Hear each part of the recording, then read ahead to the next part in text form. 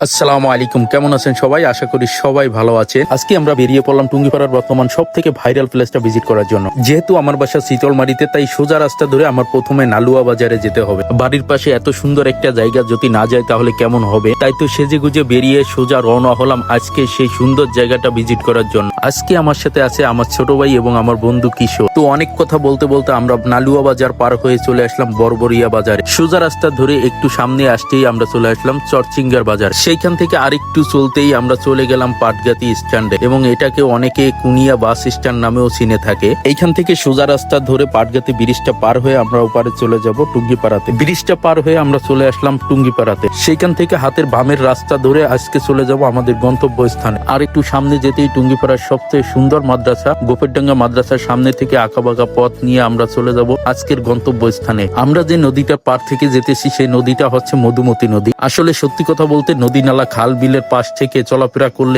অন্যরকম একটা প্রশান্তি লাগে। যাই হোক, অনেক কথা বলতে বলতে অনেক কিছু দেখতে দেখতে চলে আসলাম আজকের আমাদের গন্তব্যস্থানে। নামতেই দেখতে পেলাম তাদের ওয়াকিং প্লেসটা অনেক সুন্দর রঙের বেরঙের ফ্ল্যাগ দিয়ে সাজানো। নেমেই সোজা চলে গেলাম তাদের নদীর ঘাটে। নদীর ভিউটা জাস্ট অফ। সেখান থেকে চলে যাচ্ছি আজকের মূল আকর্ষণ জায়গাতে। এই সেই আকর্ষণ জায়গাটা। আসলে এইটা একটা রেস্টুরেন্ট। যারা আসলে রেস্টুরেন্টটা করেছে তাদেরকে অসংখ্য ধন্যবাদ। এত সুন্দর একটা প্লেসে এবং তার সাথে ম্যাচিং করে এত সুন্দর একটা রেস্টুরেন্ট, এক কথায় অসাধারণ। আপনি যদি আপনার প্রিয়জন কিংবা ফ্যামিলি নিয়ে আসেন তাহলে আপনার মনে হবে কুয়াকাটা কিংবা কক্সবাজারে আছে। এক কথায় আপনি এটাকে মিনি কুয়াকাটা বলতে পারেন। আমি সাজেস্ট করবো আপনারা যদি কেউ যান তাহলে বিকাল টাইমে এখানে যাবেন, কারণ এখানে গিয়ে আপনি বিকেলে খাবার দাবারের অর্ডার করবেন এবং সেই খাবারটা খাবেন আর প্রাকৃতিক দৃশ্যগুলো উপভোগ করবেন। এখানের রাতের ভিউটাও অসাধারণ। তাদের রেস্টুরেন্ট এরিয়াটা অনেক রঙের বেরঙের লাইট দিয়ে সাজানো। আসলে এই জায়গা বসে আমার এমনটা অনুভূতি হচ্ছে কুয়াকাটার কোনো এক বীজের পাশে বসে আছি। আপনারা দেখতেই পাচ্ছেন আমার পিছনে সূর্যটা আস্তে আস্তে ডুবে যাচ্ছে। এখানে আসলে ফাস্ট ফুড আইটেমটা একটু বেশি চলে। তাছাড়াও এখানে বাংলা, থাই, চাইনিজ, ইন্ডিয়ান, কন্টিনেন্টাল সব ধরনের ফুডের আইটেম পাবে। তাদের ফুডের কোয়ালিটি এবং কোয়ান্টিটির সাথে প্রাইসটাও আমার কাছে মনে হলো রিজনেবল আছে। তো আজকের ভিডিওটা এই পর্যন্ত। আপনাদের কাছে ভিডিওটা কেমন লাগছে সবাই কমেন্টে বলবেন। কে কোথা থেকে দেখছেন কমেন্টে বলেন। টিল দেন টেক কেয়ার, আল্লাহ হাফেজ।